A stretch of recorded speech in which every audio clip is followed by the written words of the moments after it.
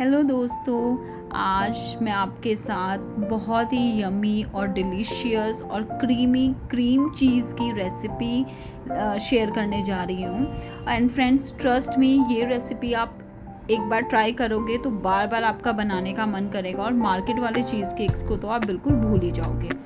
तो आज मैं यहाँ पे बना रही हूँ मैंगो चीज़ केक। सो मैंगो चीज़ केक के लिए मैंने यहाँ पर ये डाइजेस्टिव बिस्किट्स लिए हैं। इन डाइजेस्टिव बिस्किट्स को मैं 2 पार्ट्स में डिवाइड कर रही हूँ, मतलब हाथ से ही रैंडमली उनको मैंने पीसेस में ब्रेक कर लिया है। और इसके बाद मैंने ये एक हैंड मिक्सर के अंदर मैं इसको डाल रही हूँ। आप चाहे तो मिक्सर ग्राइंडर में भी इनको डाल के उनका पाउडर घर पे आसानी से कर सकते हो। सो यहाँ पर ये सारे पीसेस मैं इसके अंदर डाल के इनको अच्छे से क्रश करूँगी। और क्रश होने के बाद ये हमारा मिक्सचर कुछ इस तरह का होगा। ये बिल्कुल जो बिस्किट्स हैं वो बिल्कुल पाउडर हो जाएंगे। आप चाहो तो इस स्टेज पर इसको सीव भी कर सकते हो, मतलब छान सकते हो अगर आपको रिक्वायरमेंट हो। मतलब अगर लग रहा है कि बिस्किट थोड़े मोटे हैं तो आप उसको सीव कर सकते हो। अब मैंने इसके अंदर यहाँ पर 3 टेबलस्पून मेल्टेड बटर डाला है और बटर और बिस्किट को दोनों को अच्छे से आपको मिक्स कर लेना है। बिल्कुल एक क्रम्बली मिक्सचर नहीं बनाना है, थोड़ा सा मतलब क्रम्बली से थोड़ा सा और ज़्यादा डेंस होना चाहिए। अब ये मिक्सचर को हम यहाँ पर अपने टिन में डालेंगे, क्योंकि चीज़ केक बनाने से पहले आपको अपना केक टिन और ये जो बिस्किट का जो प्रोसेस है वो हमें सबसे पहले करके रखना चाहिए। ताकि सबसे पहले इसलिए करना चाहिए ताकि इसको सेट होने के लिए अच्छे से टाइम मिल जाए। अब इसको अच्छे से सेट करके प्लेन करके बिल्कुल मैं इसको फ्रीजर में रख दूंगी। अब यहाँ पर मैंने ये अमूल की फ्रेश क्रीम ली है, उसके अंदर मैं ये कॉर्नफ्लावर ऐड कर रही हूँ। फ्रेश क्रीम करीब 35 ग्राम्स थी और उसके अंदर मैंने ये 10 ग्राम्स के करीब मैंने कॉर्नफ्लावर इसमें ऐड किया है। सॉरी 10 नहीं 5 ग्राम्स था। सो यहाँ पर इन दोनों का मिक्सचर बना के हमें इसको भी सीव करना है, क्योंकि कई बार होता है कि कॉर्नफ्लावर के बहुत छोटे छोटे क्रम्स इसमें रह जाते हैं, छोटे छोटे ग्रैनुअल्स रह जाते हैं।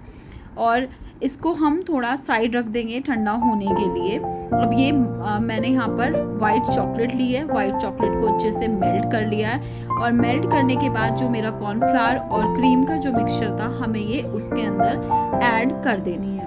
ये तीनों चीज़ों को अच्छे से ऐड करके ठंडा होने के लिए एक साइड पे रखना है। जब ये ठंडी हो जाए तब हमें अपने जो क्रीम चीज़ का हम जो मिक्सचर आगे रेडी करेंगे इसको हमें उसके अंदर ऐड करना होगा। तो यहाँ पर ये तीनों चीज़ों को मैं अच्छे से मिक्स कर रही हूँ। एक बहुत ही स्मूथ सा पेस्ट बन जाएगा। थोड़ा थिक कंसिस्टेंसी का पेस्ट होगा, वाटरी कंसिस्टेंसी नहीं होती है। सो यहाँ पर ये मेरा होममेड क्रीम चीज़ है।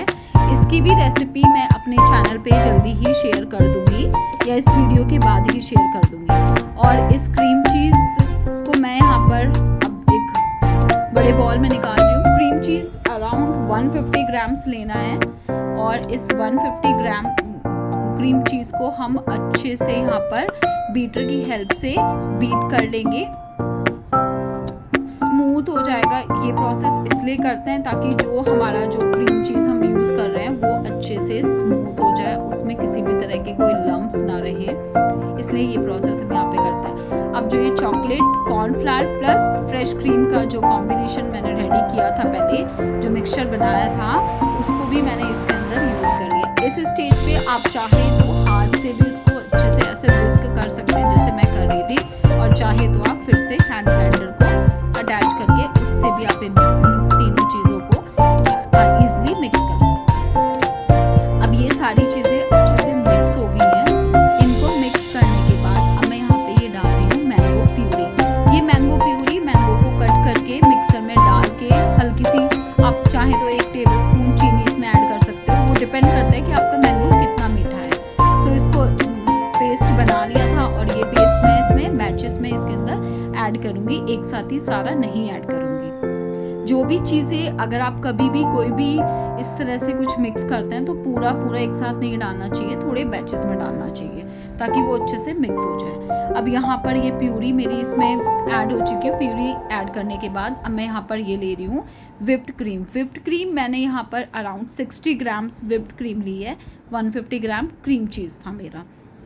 और 150 ग्राम के अंदर मैंने अराउंड 60 ग्राम ही वाइट चॉकलेट यूज़ की है।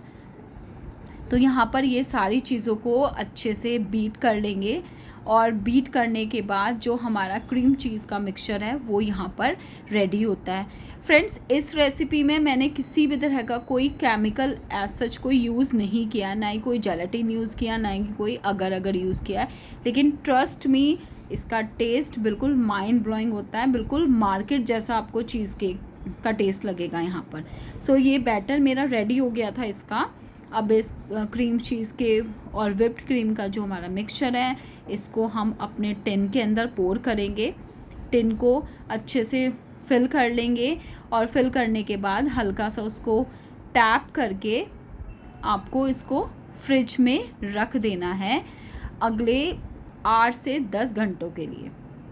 इसको आपको एल्युमिनियम फॉयल से भी कवर करके रखना चाहिए फ्रिज में, बिना एल्युमिनियम फॉयल कवर किए नहीं रखना। अब यहाँ पर मैं इस क्रीम चीज़ के लिए एक बना रही हूँ मैंगो की प्यूरी यूज़ करके, उस काइंड ऑफ आप जेली बोल सकते हो उसको, या मैंगो प्यूरी नहीं बोल सकते, मैंगो प्यूरी का कंपोट बोल सकते हो।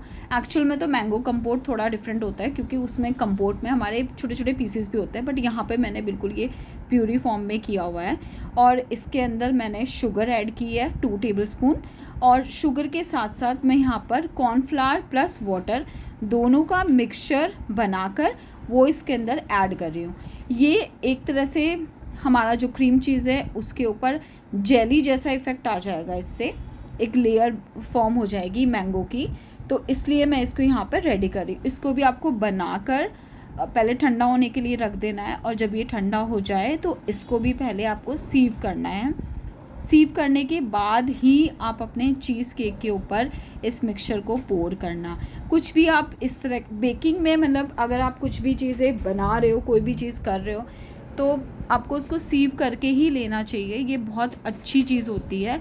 अगर किसी भी तरह के कोई पार्टिकल्स उसके अंदर अवेलेबल होते हैं तो सीव करने से क्या होता है ना कि वो चीज़ें सेपरेट रहेंगी और बिल्कुल फाइन मिक्सचर आपके पास अवेलेबल होगा। तो देखो ये कितना स्मूथ बन गया है। अब मैं अपने क्रीम चीज़ के ऊपर मैंने ये डाला था और उसको एल्युमिनियम फॉयल से कवर कर दिया था। फिर ये मैंने नेक्स्ट डे मॉर्निंग में बाहर निकाला है। तो मॉर्निंग में निकालने के बाद ये कुछ इस तरह का हो गया है। अब मैंने इसके ऊपर फिर से थोड़ा सा ये मैंगो कंपोट भी मेरा होममेड है। ये मैंगो कंपोट मैंने इसके ऊपर ऐड किया है, और सिर्फ डेकोरेशन के लिए ये बीच में थोड़े से मैंगो के पीसेस यहाँ पे रखे हैं। और इस आप एक कोई भी मिंट की लीव से उसको गार्निश कर सकते हो, किसी भी तरह से आप उसको गार्निश कर सकते हो जैसे आपको पसंद आए।